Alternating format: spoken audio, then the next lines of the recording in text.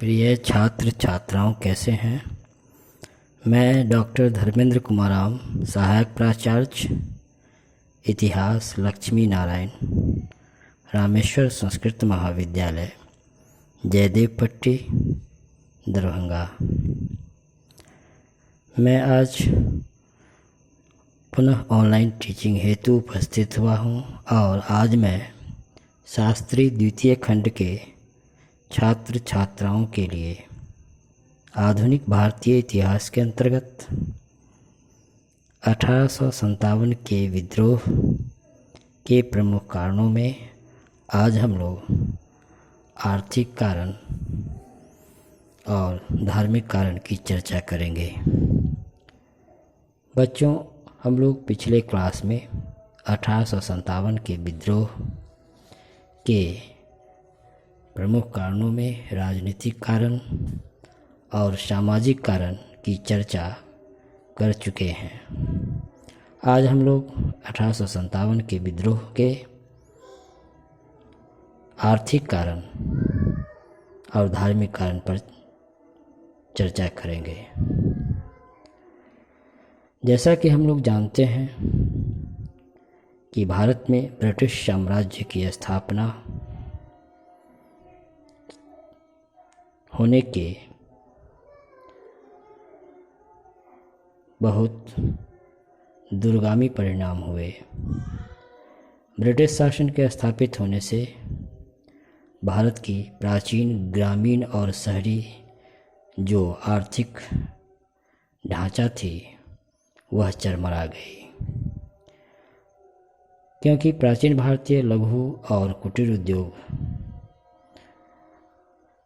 भारतीय अर्थव्यवस्था का मुख्य आधार था और अंग्रेजी शासन के आने से यह भारतीय लघु और कुटीर उद्योग धराशायी हो गए, जिसके कारण लघु और कुटीर उद्योग में लगे कई कारीगर, शिल्पकार बेरोजगार हो गए। साथ ही भारतीय रियासतों, देशी नरेशों रियासतों के ब्रिटिश साम्राज्य में विलय के कारण भी इसके काफ़ी व्यापक प्रभाव पड़े। इन रियासतों की सेना का विघटन होने के कारण हजारों सैनिक सेवा से मुक्त हो गए। अंग्रेजी सरकार की औपनिवेशिक मानसिकता ने आधुनिक उद्योगों को भारत में स्थापित नहीं होने दिया, जिसके कारण देशी उद्योगों और सेना के विघटन के पश्चात रोजगार के नए अवसर का निर्माण नहीं हुआ। बेरोजगारी के दौर में इन कारीगरों और सैनिकों ने गांवों की ओर रुख किया, गांवों की ओर प्रस्थान किया। वापस इनके गांवों में जाने से भूमि पर अत्यधिक दबाव पड़ा और अंततः भूमि के विभाजन इत्यादि के कारण कृषि उत्पादकता प्रभावित हुई। कृषि के क्षेत्र में ब्रिटिश सरकार द्वारा नए नए करों के लगाए जाने के कारण भारतीय किसानों की हालत दिन प्रतिदिन और अधिक खराब होने लगी। जमींदारों के रूप में नए भू राजस्व अधिकारियों ने इन भारतीय किसानों का खुलकर शोषण, अत्याचार किया।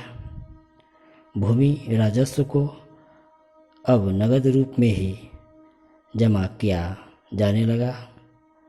जैसा कि हम लोग ब्रिटिश सरकार द्वारा चलाए जा रहे विभिन्न भू राजस्व प्रणालियों में अस्थायी बंदोबस्त, इजारेदारी व्यवस्था अथवा रेतवारी व्यवस्था, महलवारी व्यवस्था के कारण किसानों को वास्तविक राजस्व से कई गुना अधिक भुगतान ब्रिटिश सरकार को करना पड़ता था, जिसके कारण इन भारतीय किसानों की हालत दिनों दिन खराब होती गई। व्यापारी वर्ग भी विभेदकारी कर प्रणाली से ब्रिटिश सरकार द्वारा चलाए गए विभिन्न कर प्रणाली से ग्रस्त था। जहां ब्रिटिश व्यापारियों को करों में रियायतें मिलती थी, वहीं भारतीय व्यापारी को अधिक से अधिक कर अंग्रेजी सरकार को देने पड़ते थे। प्रारंभिक भारतीय उद्योगपतियों ने सरकार से संरक्षण और सहयोग की मांग की, लेकिन उन्हें निराशा हाथ लगी। अतः स्पष्ट है कि समाज के विभिन्न वर्गों में अंग्रेजी सरकार के विरुद्ध व्यापक असंतोष की भावना व्याप्त थी और सभी अपनी समस्याओं के लिए ब्रिटिश शासकों को ही दोषी मान रहे थे। ऐसे ही सुयोग्य अवसर में की तलाश थी जब वे अपना प्रतिशोध ले सकते, और यह अवसर उन्हें 1857 के विद्रोह के समय मिला। तो बच्चों, आज हम लोग 1857 के विद्रोह के आर्थिक कारण की चर्चा किए। धन्यवाद।